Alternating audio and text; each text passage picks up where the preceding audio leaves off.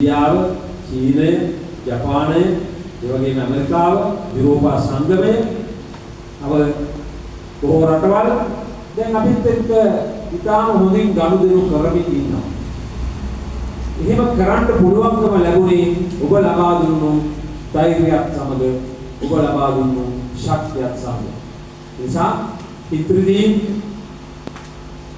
දුක්ඛ දෝමනස්යන් මොනතරම් තිබුණත් අපේ අරමුණ තිබුණේ මාලිමා ආණ්ඩුවක් හදලා මේ රට වඩා යහපත් තැනකට ගෙනියන්න. ඒකේ පළවෙනි පියවර වලින් එකක් අපි සාර්ථක කරගෙන තියෙනවා.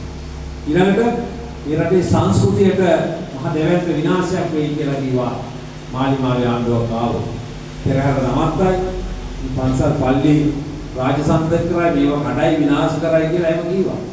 දැන් අන්න මිහින්තලේ හාමුදුරන්ට කියන්න වෙලා තියෙනවා අවුරුදු දෙකක් පොසොන් රාජ්‍ය උත්සවයේ පහුගිය ආණ්ඩුව පැවැත්වුවේ නැහැ. නමුත් දැන් මාලිමාවේ ආණ්ඩුව ඒකත් පවත්වනවා. දළදා ප්‍රදර්ශනයක් දැන් අප්‍රේල් 18 වෙනිදා පටන් ගන්නවා. ප්‍රහාරයේ අදාළ සියලු විමර්ශන කටයුතු දැන් ඉතාම සාර්ථකව සිදු වෙනවා. අපේ රටේ ආගම් පිළිබඳව, සංස්කෘතිය පිළිබඳව මාලිමාව නිසා දැවැන්ත හානියක් වෙයි